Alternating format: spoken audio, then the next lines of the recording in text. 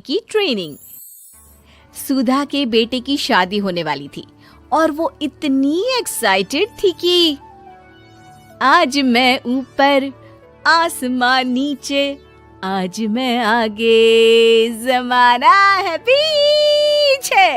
अरे हाँ भाग्यवान, तू सबसे आगे ही है। लेकिन हुआ क्या है? सास बनने वाली हूँ मैं। अरे घर में एक नया सदस्य आ जाएगा, कितना अच्छा लगेगा ना। आप और राहुल तो ऑफिस चले जाते थे और मैं पागल की तरह घर में अकेली। अब तो मेरा साथ देने वाली आ रही है इस घर में। बहुत बहुत बहुत खुश हूँ मैं। ओहो ठीक है बेगम, लेकिन अपनी खुशी को लगाम लगा कर रखो।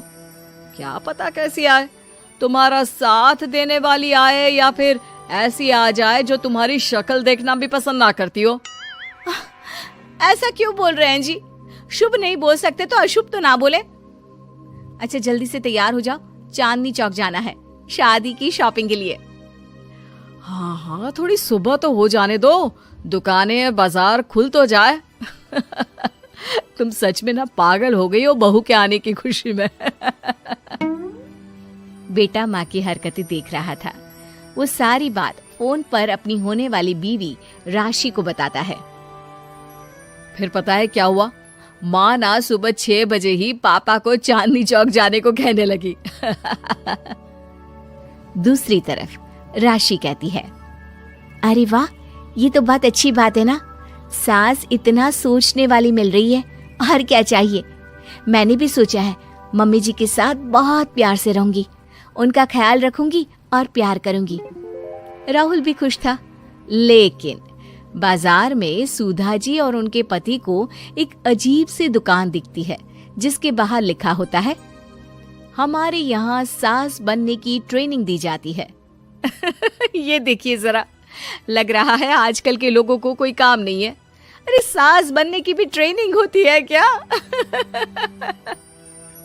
दुकान के सामने एक पिंजरा था, उसमें एक तोता बंद था। सुधा की बात सुनकर तोता बोल पड़ता है, अरे नादान औरत, अगर सास सही तो पूरा घर सही रहता है, परिवार बंधा रहता है और आने वाली जनरेशन संस्कारी होती है। लेकिन तू क्या समझेगी? जा जा आगे जा। ओए, तोते बड़ा बोल रहा है, क्यों आगे जाऊं? मैं नहीं जा रही। देखा देखा, तेरे जैसी औरत को तो सास बनने की ट्रेनिंग लेनी ही चाहिए। निकाल 1000 रुपये और जान दर, नहीं तो पूरी जिंदगी रोती रहेगी। सुधा को तोते की बात में दम लगता है।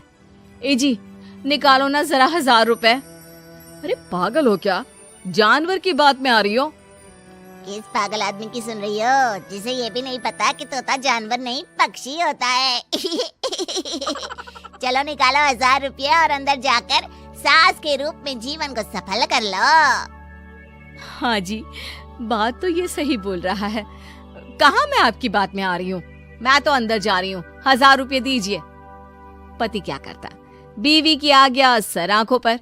लेकिन जैसे ही सुधा अंदर जाती है, सामने कई औरतें पहले से ही बैठी होती हैं।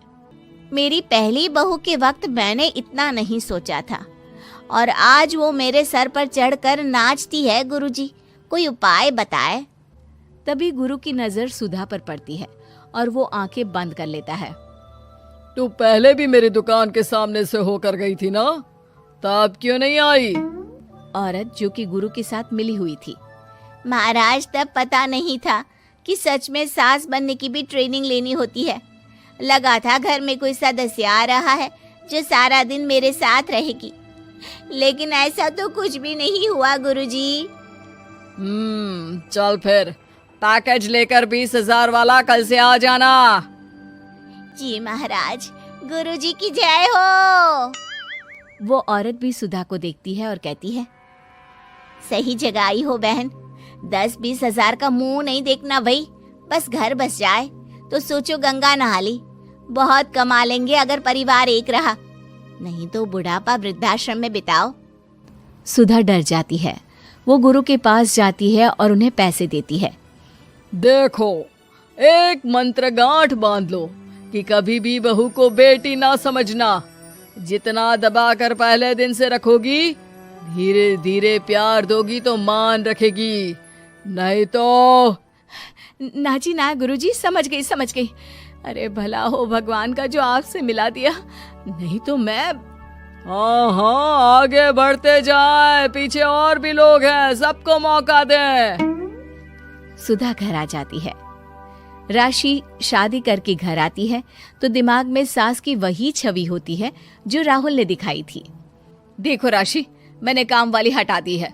वो क्या है ना, 2000 महीने लेती थी, यानी कि 24,000 साल का, और 5 साल में उसे जोड़ो तो 1,20,000 रुपए।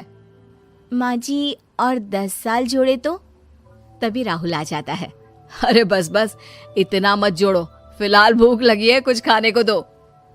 अरे पर बर्तन तो गंदे हैं ना, काम वाली तो आई नहीं, फिर बर्तन कौन धोएगा? अरे कौन धोएगा मतलब? तू धोएगी? मैं? ठीक है, मैं धो लेती हूँ। अब धो कर देती हूँ, आप खाना बना ले।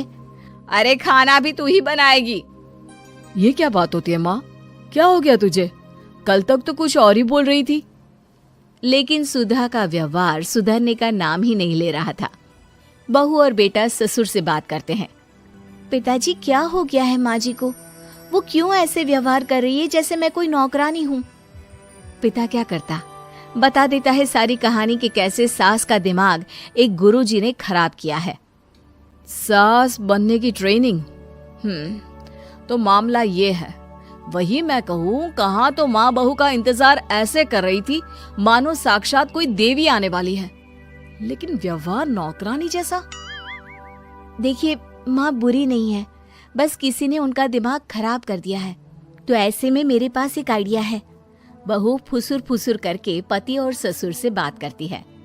अगले दिन बहू सास के सामने कहती है, अच्छा मैं जा रही हूँ, मेरी क्लास है। ये बोलकर बहू निकल जाती है। ये कौन सी क्लास करने जा रही है? पढ़ाई तो खत्म हो गई थी इसकी। अरे माँ, दरअसल वो ये सोच कर आई थी कि तुम माँ जैसी होगी, लेकिन यहाँ तुम तो तुर्रम खां बन गई हो। तो वो किसी बहू बनने की ट्रेनिंग वाली क्लास में गई है। ये बोलकर बेटा बाप की ओर देखता है और आंख मार देता है। हाँ, वो तो तुम्हारी माँ ने भी सास बनने की ट्रेनिंग ली है बेटा। पहले का जमाना और था भाई, कि भोले मन से रिश्ते शुरू किए जाते थे। अब तो नई लड़की घर आते ही नौकरानी हटा देते हैं। बताओ, पिछले 25 साल से वो नौकरानी काम कर रही थी, तब तो कोई हिसाब किताब नहीं हुआ। अरे पापा, आप भी माँ को बोल रहे हैं? अरे माना, वो माँ समझ कर आई, घर में खुशहाली रखने के लिए हमेशा आप लोगों के साथ उठती बैठती, माँ को कभी जवाब नहीं दिया। लेकिन माँ की क्या गलती? अरे दादी ने भी तो ऐसा ही किया होगा ना माँ के साथ, तभी तो माँ अपनी बहू के साथ ऐसा कर रही है। नहीं, वो तो बहुत अच्छी थी। मेरे आने के बाद तो उन्होंने खाना बनाने वाली भी रख ली थी। अरे तो फिर तुमने क्यों काम वाली हटा दी? किसी के कहने पर अपना घर खराब कर रही हो तुम सुधा। अब बहू भी गई है ट्रेनिंग लेने, पता नहीं क्या सीख कर आएगी। नहीं, मैं अभी जाकर उसे ले आती हूँ। तभी बहू वहां पर आ जाती है। नहीं माँ जी, मैं कहीं नहीं गई थी, मैं तो सिर्फ आपके लिए ये नई साड़ी लेने गई थी। अब तो सब ठीक है ना?